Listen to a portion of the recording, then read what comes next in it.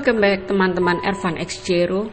Setelah sekian lama hiatus dari YouTube, kini kami hadir kembali dengan kisah horor yang bisa bikin kalian merinding. Kisah kali ini datang dari salah seorang yang telah membaktikan diri kurang lebih 30 tahun di Istana Kepresidenan. Beliau bernama Priyo Sambodo.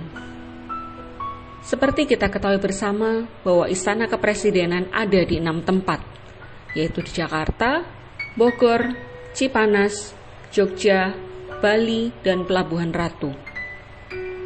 Nah, untuk episode kali ini, kita akan khusus bahas yang di Jakarta, seperti yang dialami oleh Om Priyo Sambodo.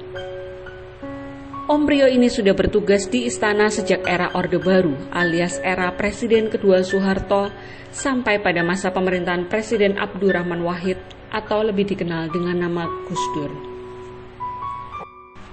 Selama masa pemerintahan Soeharto yang berlangsung selama 32 tahun, Istana Negara tidak ditinggali oleh keluarga presiden karena lebih memilih tinggal di Cendana. Jadi bisa dikatakan, sebelum ditinggali oleh keluarga Gus Dur, Istana Negara terakhir ditinggal oleh keluarga Soekarno dan kosong selama lebih dari 30 tahun. Dan baru era Gus Dur lah Istana Negara mulai ditempati oleh Gus Dur dan keluarga. Di era Presiden Gus Dur, Om Priyo tinggal di sebuah kamar di Wisma Negara. Sebuah bangunan yang terletak di antara Istana Negara dan Istana Merdeka. Wisma dengan bangunan tua yang terdiri dari 6 lantai yang juga sudah lama tidak dihuni. Dengan aroma khas sebuah rumah yang tidak pernah dibuka pintu dan jendelanya. Sebagai informasi tambahan, Wisma Negara mulai dibangun pada era Presiden Soekarno pada tahun 1962 untuk menyambut rencana kedatangan Presiden Amerika Serikat pada saat itu, John F. Kennedy. Sayangnya, John F. Kennedy tewas terbunuh pada tahun 1963 di Dallas, Amerika Serikat. Sampai pada suatu malam, setelah bertugas, Om Priyo pulang dari Istana Negara menuju ke Wisma Negara. Di sepanjang perjalanan itu, terdapat sebuah pohon yang cukup besar dan lebat yang telah berusia ratusan tahun dan juga dikenal angker oleh para staf yang tinggal di dalam istana tersebut. Kabarnya, beberapa staf juga pernah melihat perempuan bergelantungan di pohon tersebut sambil menangis dan berubah jadi ketawa cekikikan. Karena tak mau terbawa suasana yang semakin mencekam dengan sekujur tubuh yang merinding, Om Priyo langsung bergegas menuju Wisma Negara dan tidak mau menengok sedikit pun ke arah pohon besar itu. Dan sampailah Om Priyo di Wisma Negara. Seperti disebutkan sebelumnya, bahwa Wisma Negara terdiri dari 6 lantai, dan di lantai paling atas terdapat sebuah ruangan berupa aula. Di aula tersebut tersimpan sebuah piano dan seperangkat gamelan Jawa yang konon kerap bunyi sendiri. Saking jarangnya lantai 6 ini digunakan, dan jarang juga orang yang ke ruangan tersebut, bahkan para OB yang bertugas membersihkan harus ramai-ramai saat ke tempat tersebut, karena ruang lantai 6 ini adalah ruang terangker di Wisma Negara.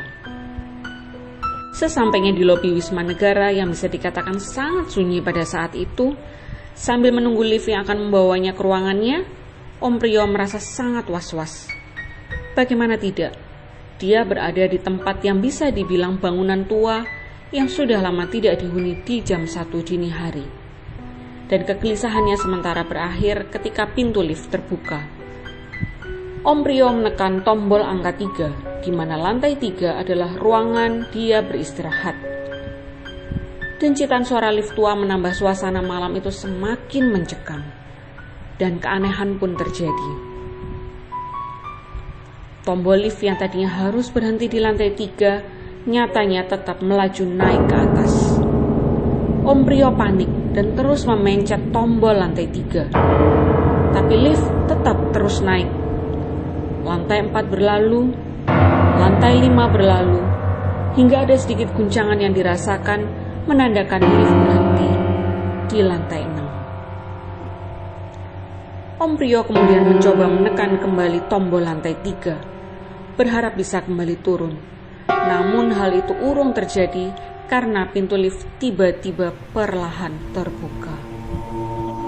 Dari dalam lift, Om Prio melihat sebuah ruangan yang gelap gulita. Hanya cahaya dari lift yang membantu penglihatan yang cukup remang pada saat itu. Di ruangan yang cukup gelap itu, terdapat meja-meja bundar dengan beberapa kursi layaknya untuk perjamuan. Semua kosong, kecuali satu meja di sudut kiri. Di meja sudut kiri itu, Om Prio melihat seorang perempuan duduk sambil menangis. Suara sesenggukan begitu terdengar jelas di tengah kegelapan yang begitu sunyi. Perempuan tersebut mengenakan rok berenda-renda yang bisa dibilang cukup indah, berambut pirang dan dikepang. Melihat kejadian itu, Om Prio langsung refleks menekan tombol lantai 3, berharap pintu segera menutup. Namun malah lift tidak merespon, seolah dia dipaksa untuk melihat fenomena tersebut. Kemudian sosok perempuan itu secara perlahan menghadapkan pandangannya ke Om Prio, yang saat itu sedang syok. Perempuan itu masih sangat muda, dengan wajah tipikal orang Eropa. Dan entah apa yang terjadi, perempuan itu tersenyum ke arah Om Prio, dan lift yang tadinya error tiba-tiba saja kembali berfungsi dan menutup pintunya, dan membawanya turun ke lantai 3, tempat yang seharusnya dia tuju pada malam itu. Tidak sampai di situ saja, saat di kamar lantai 3 pun terdengar sayup-sayup suara piano disambut dengan suara orang bergumam layaknya orang banyak yang sedang mengadakan